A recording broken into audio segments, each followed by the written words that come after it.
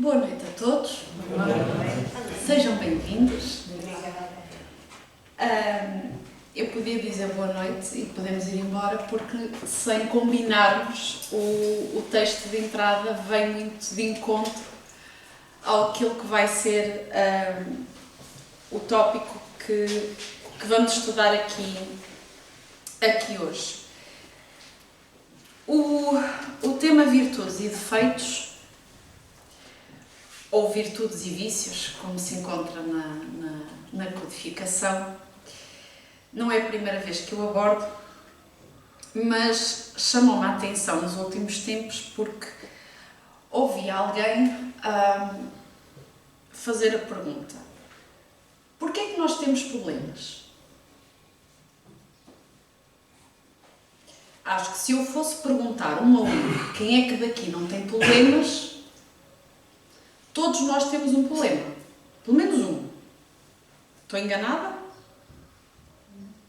Todos nós temos problemas.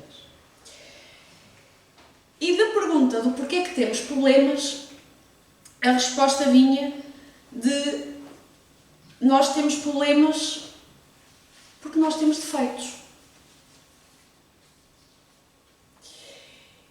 E aquilo deixa-me a pensar. Nós temos problemas porque nós temos defeitos. E o que é que isto quer exatamente a dizer? Porque se no Evangelho nos convidam a pensar, ok, nós temos virtudes e vícios, isto aqui, vamos pensar um bocadinho. E quando nós começamos, por exemplo, vamos ao livro Céu e Inferno, que eu vou abordá-lo várias vezes aqui ao longo da noite, na primeira página do livro Céu e Inferno está uma citação do profeta Ezequiel que diz que eu juro por mim mesmo, disse o Senhor Deus, que não quero a morte do ímpio, mas que o ímpio se converta, que ele deixe seu mau caminho e que viva. O que é isto de deixar o mau caminho e que viva? Nós matamos muitas pessoas. Vocês não, na Catarina eu nunca matei ninguém. Não é o que eu vejo quando abro as redes sociais. Às vezes eu vejo verdadeiros campos de batalha assustador, de opiniões e enfim.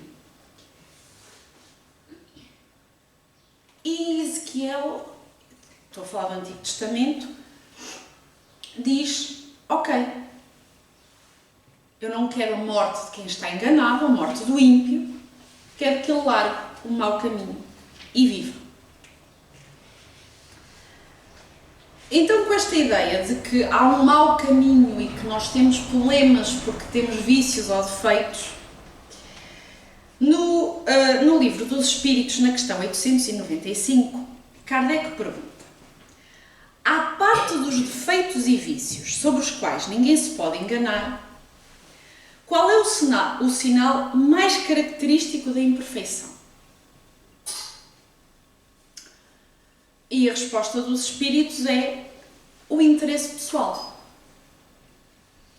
Portanto, à parte daqueles vícios que todos nós conhecemos, do tabaco, as drogas, o sexo, a gula e por aí fora, qual seria o defeito ou o vício que seria mais característico da imperfeição? Para além destes todos que a gente já sabe da vida comum. E os Espíritos dizem, é o interesse pessoal, o verdadeiro desinteresse pessoal para colocar o fundo a descoberto. O verdadeiro desinteresse é de facto uma coisa tão rara na Terra que quando ele se apresenta, o admirais como se fosse um fenómeno. Diz o povo que quando a esmola é grande o santo desconfia, não é? Portanto, nós estamos tão habituados a lidar com o interesse pessoal, que quando encontramos alguém realmente desinteressado a fazer as coisas realmente pela razão que elas devem ser feitas, nós ficamos, quem é esta pessoa? Isto aqui desconfio dela. Eu ia perguntar se todos nós já passámos por isso, mas a verdade é que eu acredito que muitos de nós nunca encontramos essas pessoas, ou dificilmente as encontramos. Então, já temos aqui marcado, à parte dos defeitos e vícios mais comuns, qual será a maior imperfeição? Então, qual é a maior virtude? É identificado. Então, no Livro dos Espíritos, se pularmos à questão 893, Kardec pergunta qual é a mais meritória de todas as virtudes, ou seja, qual é aquela que nos traz mais ânimo. Todas as virtudes têm o seu mérito, começam logo os Espíritos. Porque todas são sinais do progresso no caminho do bem. Há virtude, todas as vezes que há virtude, duas circunstâncias. Todas as vezes que há resistência voluntária ao arrastamento das más tendências, mas a sublimidade da virtude consiste no sacrifício do interesse pessoal, pelo bem do seu próximo, sem segunda intenção. A mais meritória é que se baseia na caridade mais desinteressada. Então, vamos fazer aqui uma pequenina reflexão antes de continuarmos. Todas as vezes que há resistência voluntária ao arrastamento das más tendências, foi muito difícil eu estar aqui hoje. Eu nunca tive tanto convite para sardinhada como este ano. Fui arrastada a todas as más tendências, a toda a sardinha com pimenta e broa. Para quem está a ouvir a gravação, hoje é 23 de junho no Porto, portanto é São João. Portanto, a má tendência, todos os amigos, mas não vai dar sardinhada. Já não há Covid. Às vezes nós não pensamos que estas coisas singelas também são arrastamentos a tirar-nos do caminho. Então, todas as vezes que resistimos a uma má tendência, pumba, estamos a caminho das virtudes. Isto foi só para fazer o autoelogio, tá bom? E o vosso, que vocês estão aqui. Mas a sublimidade da virtude consiste no sacrifício do interesse pessoal. Então é muito fácil de identificar qual é o maior defeito e qual é a maior virtude. Há interesse pessoal no que estamos a fazer? Defeito, vício. Não há interesse pessoal no que estamos a fazer? Estamos a fazer porque é o que deve ser feito? Virtude. O Livro dos Espíritos é extremamente claro. Isto, contudo, não quer dizer que desinteresse pessoal é anular-nos a nós próprios. Porque, às vezes, quem é cuidador, e sei que há aqui alguns cuidadores, às vezes parece que a nossa existência desaparece, fica diluída completamente às outras pessoas. Não é nós nos anularmos a nossa personalidade e dizer sim a tudo. Mas nós já vamos aqui a esta distinção entre defeitos e virtudes e personalidade. Então, partindo do princípio que já identificamos qual é o maior defeito e qual é a maior virtude, e que no meio está um tópico chamado interesse pessoal, nós conhecemos pessoas que nós poderíamos considerar boas e pessoas que nós poderíamos designar como más pessoas. E andando um bocadinho, se vocês estiverem a acompanhar o Livro dos Espíritos na vossa cabeça, vocês vão ver que andou aqui um pulo para a frente, para trás, para a frente, para trás, para a frente, para trás, mas no fim eu espero que faça sentido. Na questão 414, Kardec pergunta: os espíritos são bons ou maus por sua natureza, ou são os próprios espíritos que procuram melhorar-se? E os espíritos respondem: são os próprios espíritos que procuram melhorar-se. Melhorando-se, passam de uma ordem inferior a uma superior. E na questão 115, Kardec pergunta, que é a pergunta a seguir: dentre os espíritos, uns foram criados bons e outros maus? E respondem os espíritos: Deus criou todos os espíritos simples e ignorantes. Isto é, sem conhecimento. Deu a cada um deles uma missão, com o objetivo de os esclarecer as lentes estão tão sujas. Com o objetivo de os esclarecer e de os fazer chegar progressivamente à perfeição, pelo conhecimento da verdade e para os aproximar de Deus.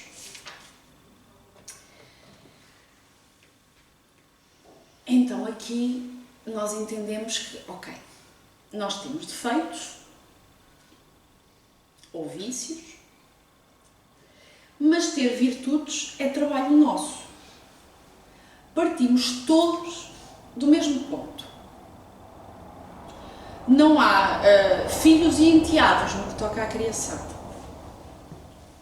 Partimos todos do mesmo princípio. A cada um é dada uma missão. Já vamos explorar mais um bocadinho isso. Mas o nosso adiantamento ou o nosso retardamento, se lhe chamamos assim, depende de nós.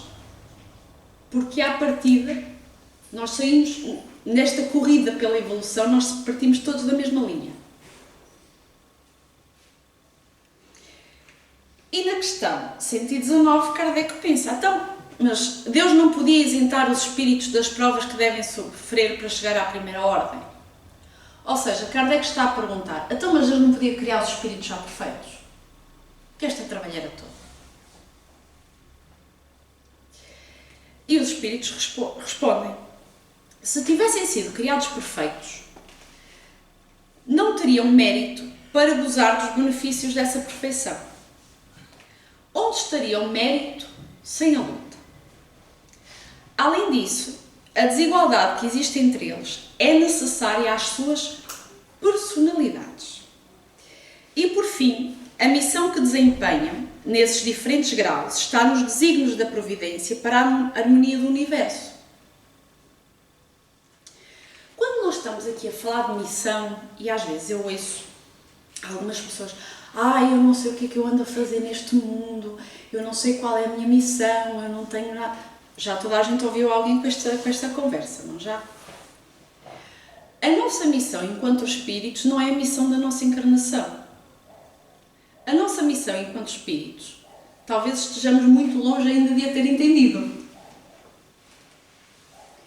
Porque se um espírito perfeito tem que entender-se tudo. Mas naquilo que é o trabalho do universo, pode ter mais a potência para uma coisa do que para outra tarefa. Uns mais para cuidar, outros mais para criar, outros para transformar, para reciclar. O universo, na percepção do nosso cérebro, é infinito. Outro dia tinha uma discussão matemática com um colega, que era mais uma discussão espírita do que matemática. Nós não conseguimos compreender o que é o infinito. Se vocês virem um documentário de astronomia, eu adoro astronomia, não para de crescer. E ao planeta, e ao sistema solar, e a galáxia, e as galáxias das galáxias, e aquilo vai. E nós somos isto. Nós não sabemos o que é que Deus nos deu para fazer neste universo infinito. Então, com tanta coisa que há para fazer no universo, é natural que Ele tenha dado a uns, ok, estes são mais para criar, estes são mais para cuidar, estes são mais para estes são mais para aquilo, e cada um foi dando um toque. Enquanto espíritos perfeitos, nós vamos ter que saber de tudo, que vai ser a grande satisfação da minha vida. Um dia vou conseguir ser boa em línguas. Mas nós vamos ter que saber tudo. Mas aquilo que Deus nos deu não é, ainda não está, para alguns se calhar já estará, mas ainda não é muito perceptível. E agora, porquê que Deus não nos pôs logo perfeitos a fazer essa tarefa? Eu acho que não é assim tão difícil de compreender. Se todos nós passámos por uma escola, havia dois tipos de aluno. Os que estudavam e os que copiavam. Concordam todos? Estamos todos tranquilos, aqui só há pessoas que estudavam, eu sei, estamos à vontade. Apesar de os alunos que copiavam no teste muitas vezes conseguiam ter nota igual ou melhor que aquele que estudava, que dava-me os nervos. Na universidade era uma coisa que me deixava revoltada. os meus colegas que estudavam pelos meus resumos e tiravam melhores notas do que eu. E era eu que tinha feito os resumos. Enfim, não vamos por aí. Um aluno que copia até pode ter a mesma nota que o aluno que estuda. Tem o mesmo conhecimento?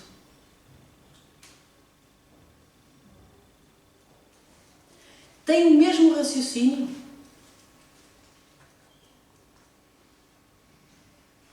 Às vezes é impressionante.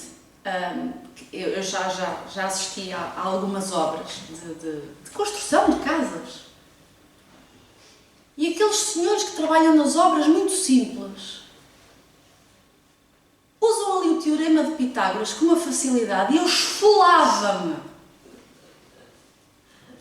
para fazer aquilo na escola. E eles com a sombra, tiram a... Mas fazem aquilo, às vezes alguns com um cigarro no canto da boca, começam... Eu arrancava cabelos para fazer os testes de matemática.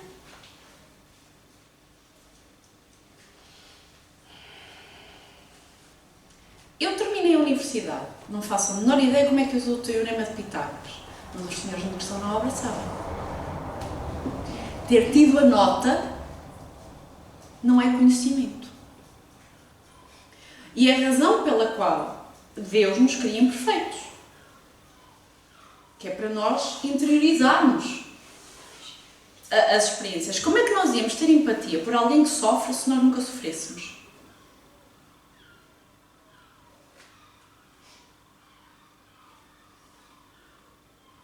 Aliás, a criação iria ser um tédio. Tudo perfeito. Ao aluno que estuda, e eu aqui estou a usar a metáfora da escola, porque no fundo nós somos alunos na criação, jamais retiram o conhecimento.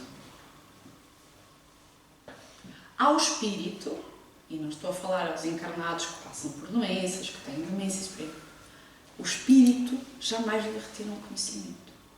E isso é que faz-nos pular. Portanto, se Deus nos criasse perfeito, no fundo era Ele fazer o teste por nós. Que lindo, sou um espírito perfeito, não faço a menor ideia das existências. E esta questão da personalidade prende-se a outra coisa. É que quando falamos em virtudes, às vezes ouve-se o adquirir virtudes, como se fosse adquirir algo externo. Vou voltar outra vez à metáfora das obras. Nós quando vamos para uma obra, é os tijolos, é a cerâmica, é o cimento e vamos comprando. As virtudes, não dá para ir ao supermercado, a não ser as virtudes ali na Baixa do Porto, onde se pode ir tomar um refresco e ter uma bela paisagem. Essas virtudes nós podemos... As virtudes, nós não as podemos adquirir. Não podemos, não dá para ir a um supermercado, era meio quilo de caridade, 2 quilos de paciência, muita, por favor. Não dá. E porquê que nós não conseguimos adquirir as virtudes? Porque as virtudes divinas estão connosco. Se nós voltarmos aqui atrás àquilo que os espíritos esclareceram a Kardec, nós nascemos simples e ignorantes e temos que adquirir conhecimento. E temos que adquirir conhecimento sobre nós próprios. Eu não posso dar paciência a ninguém. Eu não posso dar perdão a ninguém. Apesar de, na expressão popular, muitas vezes os juízes concedem perdões. Mas não posso, é uma coisa que eu tenho que sentir. A paciência é uma coisa que eu tenho que sentir. A tolerância é uma coisa que eu tenho que sentir. Eu não posso dar a ninguém, não posso comprar para ninguém, não posso comprar para mim. Então, nós só nos tornamos virtuosos quando conseguimos distinguir o bem do mal. Eu estava, antes dos trabalhos, estava a comentar com a Dona Manuela que eu muitas vezes vou para o trabalho de bicicleta. E que se fosse de carro demorava 50 minutos, de bicicleta demora 20. É impressionante a impaciência no trânsito. Como se alguém fosse mudar alguma coisa. Acreditem, eu já vi, ninguém me contou, eu vi pessoas a buzinarem um semáforo vermelho. Como se a buzina tivesse poderes mágicos para mudar a cor do semáforo e parar os outros carros todos no cruzamento.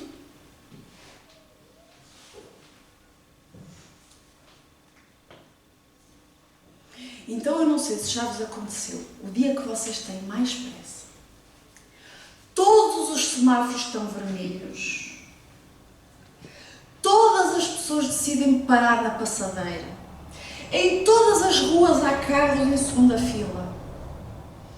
E quanto mais importante for o evento para que vocês estejam atrasados, pior é. Está-se toda a gente a rir, portanto vai estar toda a gente a concordar comigo. Isso só acontece a quem ainda não tem a paciência ativa.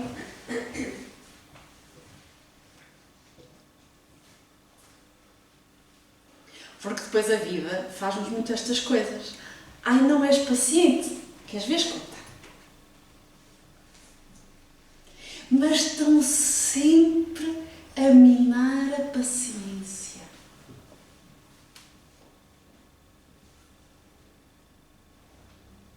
Eu não sou tolerante, pois é à minha porta que vêm bater a todos aqueles que eu não tolero.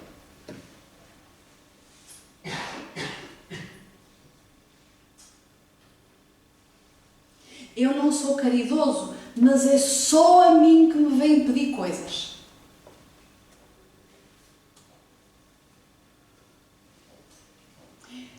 Então, no fundo, as nossas virtudes são assim umas florzinhas que estão obstruídas dentro de nós por umas silvas do desconhecimento.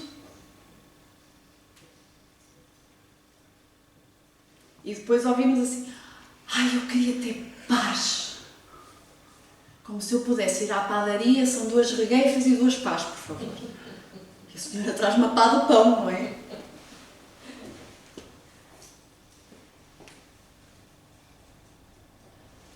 Porque ter paz não é ter a ausência dos problemas.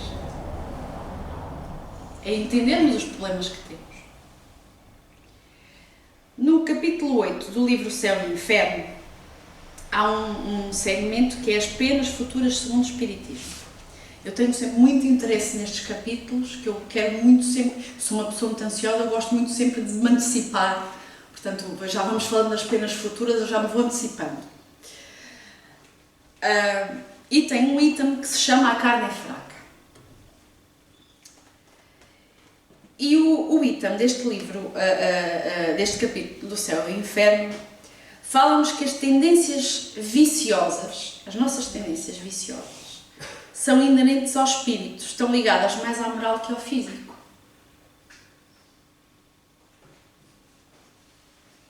E vocês dizem, então, mas há pessoas que se nota naturalmente uma tendência para o alcoolismo, já desde garoto bebiam as garrafas dos pais às escondidas. Todos nós conhecemos histórias dessas, infelizmente. Então, mas não é genético, não vem do corpo, vem do espírito, vem da moral. Porquê é que o espírito precisa fugir da realidade? O que é que lhe falta para ele precisar fugir? Agora estou a falar mesmo dos vícios clássicos. Álcool, drogas, por aí fora.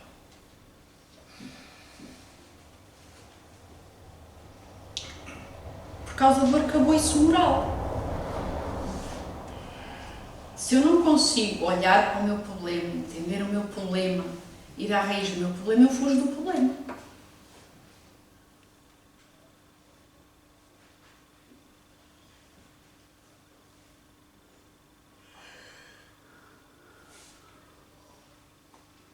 Eu tomo um ansiolítico, eu sou muito ansiosa, porque eu passo a vida com a cabeça no futuro. Eu já pensei no almoço da manhã, ainda nem jantei.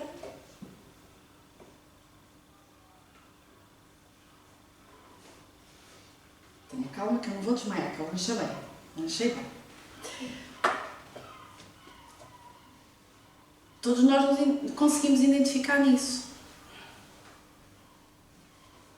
Então, o ansiolítico está a resolver que problema exatamente? É pôr um paninho quente.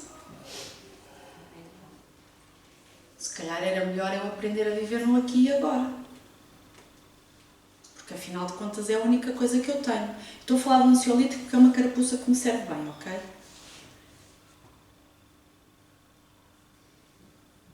Então se calhar se eu aprendesse a viver no aqui e agora e a ter paciência, porque eu não consigo controlar o futuro, eu só consigo controlar o aqui e agora. Muito mais calmo.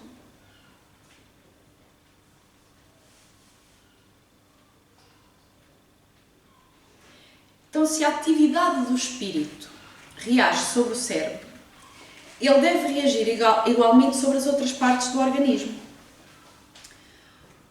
O espírito é o artífice do seu próprio corpo, ao qual ele dá forma, por assim dizer, a fim de apropriá-lo às suas necessidades e à manifestação das suas tendências.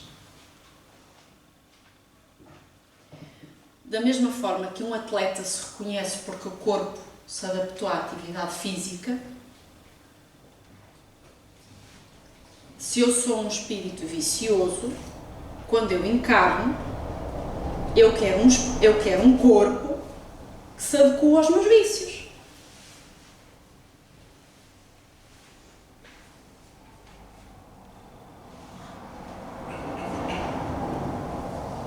Então o corpo não é o corpo que tem o vício, seja ele qual for, é o espírito.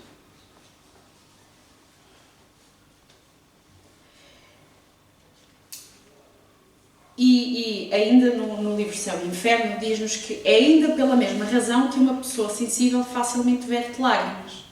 Não é a abundância de lágrimas no organismo que lhe dá a sensibilidade.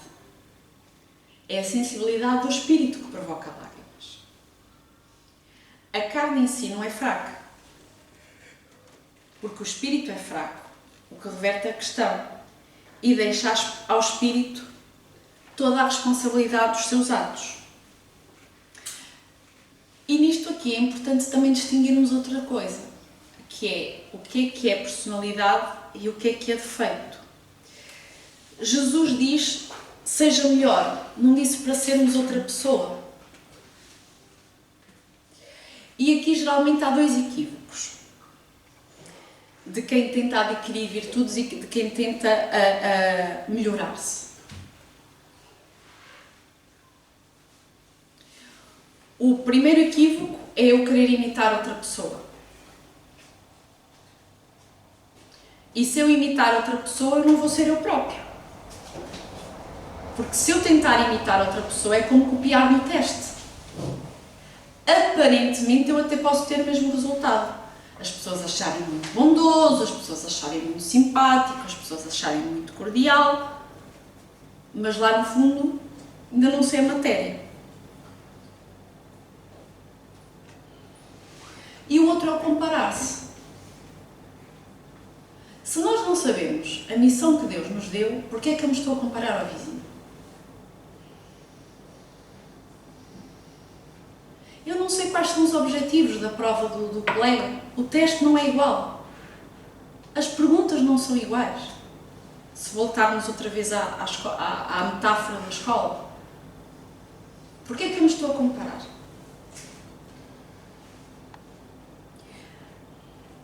Os defeitos é aquilo que tem a ver com o interesse pessoal. Se eu sou teimosa, que sou, é defeito, não é feitio. Porque a teimosia age sempre ao interesse pessoal. Certo? Eu acho que isto é uma pedra, porque me dá jeito de dizer que isto é uma pedra. Porque se eu admitir que isto não é uma pedra, se calhar eu não vou estar numa situação muito confortável para mim. Então, se essa característica está a fazer com que eu haja interesse pessoal, é defeito.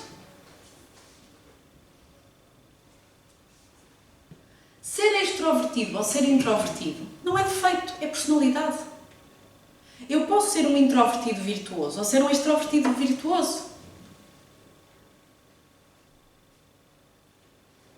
A forma como eu interajo com as pessoas só se torna um problema se eu prejudicar as pessoas. Ou a mim mesmo. Porque às vezes eu falo demais e já ninguém matura. Ou um introvertido que fala de menos e depois prejudica-se por não ter falado quando devia ter falado porque ficou intimidado. Como devem calcular, eu de timidez não entendo nada. Isso é uma característica da personalidade. Ser introvertido ou ser extrovertido não faz com que eu haja interesse pessoal. Então porquê é que agora eu haveria de querer imitar alguém introvertido só porque eu acho que essa pessoa é mais virtuosa por ser introvertida? Ou porquê é que uma pessoa introvertida agora tem que se transformar numa pessoa extrovertida porque se for uma pessoa extrovertida parece uma pessoa mais virtuosa? Isso é negar a nossa essência, isso é negar a nossa personalidade. E não é isso que este estudo nos convida. É negar as más tendências.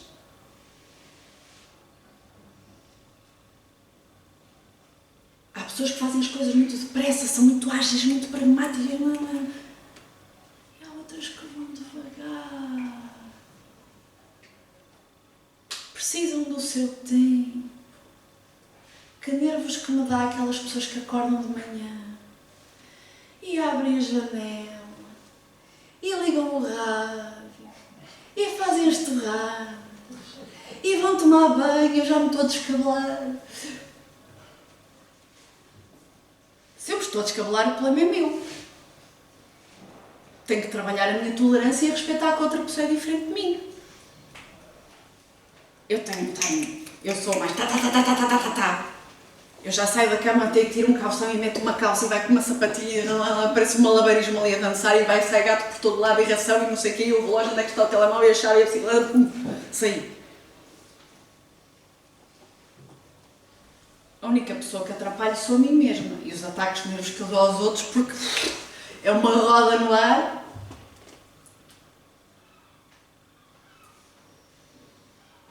São traços de personalidade.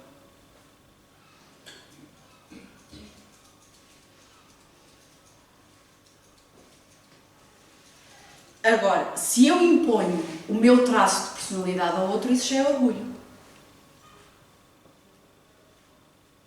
Se eu acordo às 7 da manhã, tu tens que acordar às 7 da manhã. Se eu vou de bicicleta para o trabalho, tu tens que ir de bicicleta para o trabalho. Se eu como uma torrada, tu tens que comer uma torrada. Mas outra pessoa até enjoa se come de manhã. Eu conheço pessoas assim que não conseguem comer de manhã, passam mal. Eu sou justamente o contrário, eu sou um leão, eu como meio frigorífico.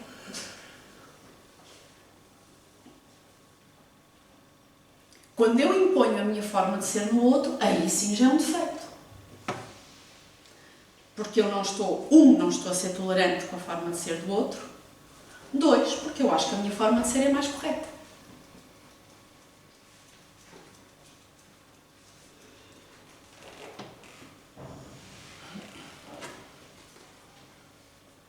E depois nós temos outro desafio no que toca às virtudes. É que nós temos muitas vivências.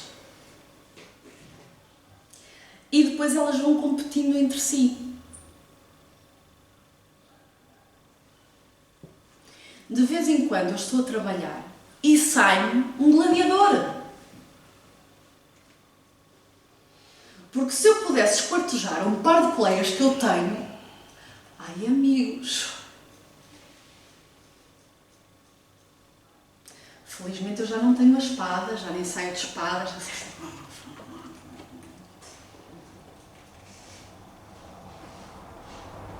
Já meia virtude alcançada, já não derramo sangue, mas de vez em quando sai-me assim um gladiador.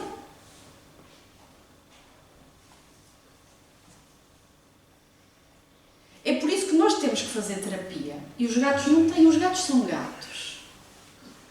Eu hoje à tarde vi a minha gata, um calor como está, peluda como ela é, deitada ao sol de barriga ao ar. Um gato é um gato, não tem que fazer terapia. depois nós vamos para o psicólogo cheio de incoerências na nossa personalidade.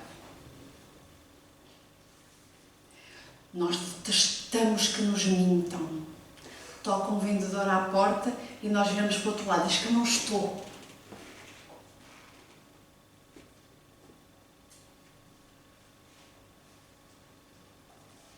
Nós detestamos que nos apontem os defeitos. Estamos lá com os outros. Depois nós temos aqui estas inconsistências. Com determinadas pessoas nós conseguimos ser muito maus, com outras fraquejamos e andamos aqui porque temos estas vivências todas aqui, todos os vícios do passado condensados nesta nova criaturinha que nós somos. Então as virtudes manifestam-se naturalmente em quem já fez os seus ajustes internos. Não tem que ser um esforço. Eu quando vejo aquela pessoa acordar de manhã, bom dia, respira fundo, Catarina. Eu ainda estou em esforço. Portanto, ainda não me é natural. Ainda não é uma virtude.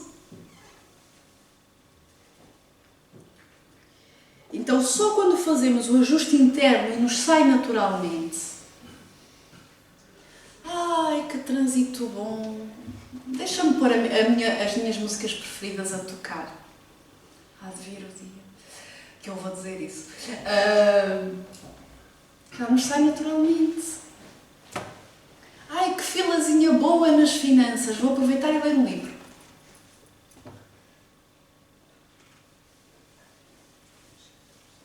Quando isso começa-nos a sair naturalmente, já é virtude. Quando nós vamos para o trabalho, e fulano fez isto, e fulano disse aquilo, e fulano aquilo. Ai, mas fulano tem um penteado tão bonito. Quando isto nos sai naturalmente, em vez de nós entrarmos, ai, conta, quero saber tudo.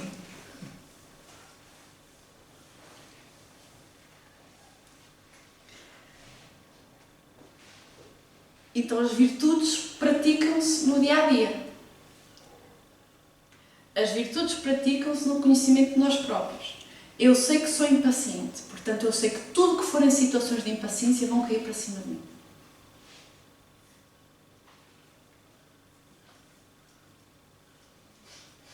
E com a paciência posso falar da tolerância, posso falar da humildade. Se eu sou uma pessoa muito orgulhosa, tudo que forem situações para me expor, para me valorizar, vêm ter ao pé de mim. Eu vou ter que fazer o esforço de entender que não sou eu que sou importante, é a tarefa que é importante. De gratidão. Vocês estão todos a morrer, eu estou super feliz com este calor, devo ser a única pessoa no universo.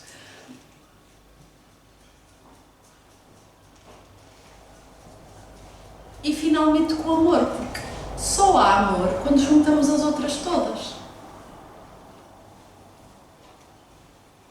Nós podemos fazer aqui e dar uma lista de virtudes, mas o amor é a virtude maior. Não se consegue amar ninguém se não se for tolerante, se não se tiver paciência, se não se tiver respeito, se não houver honestidade, se não houver gratidão. Como é que se ama alguém sem isto tudo?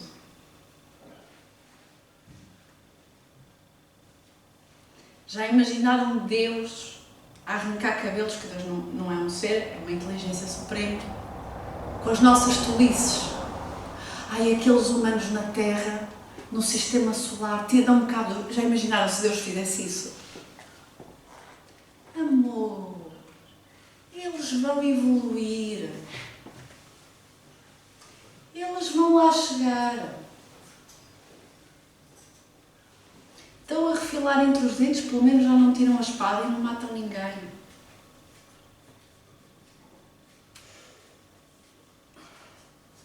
É impossível amar os outros sem isto. Então, no fundo, distinguir o bem do mal é seguir a lei de Deus, como nos diz a questão 130 do Livro dos Espíritos.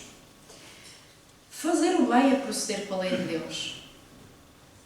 Porque fazer o bem sem interesse pessoal, voltamos, o interesse pessoal é o que está no meio entre a maior virtude e o maior vício, lembram-se disso? Então a lei de Deus faz-nos fazer o mal, é infringir essa lei. O que é fazer? Se nós repararmos em todas as situações que são más, há sempre uma infração por interesse pessoal.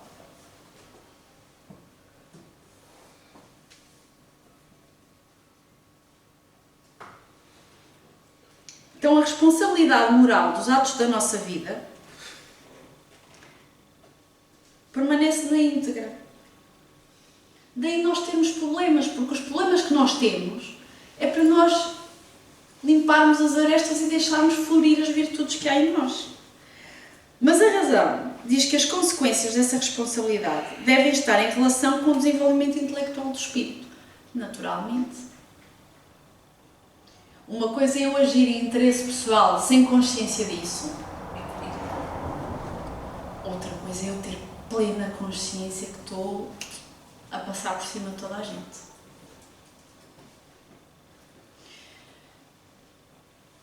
Dúvidas. Já perderam o apetite das sardinhas? Não, mas já estraguei a sardinha.